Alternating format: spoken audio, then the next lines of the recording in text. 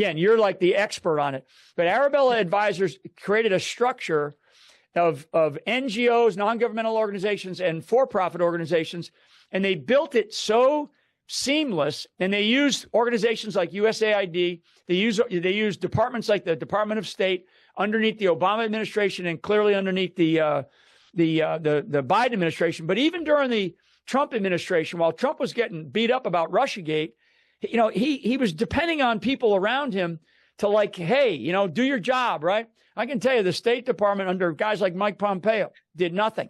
So he was also the CIA director for a year. So I just throw that bombshell out there. But what we're talking about is Soros is trying to globalize the world.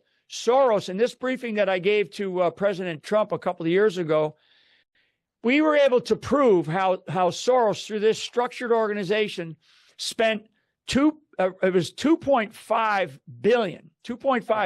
billion on our 2020 election. Okay, on our 2020 election. And I'll talk about that here in 1 second. So we actually were able to prove the flow, okay, the flow of money.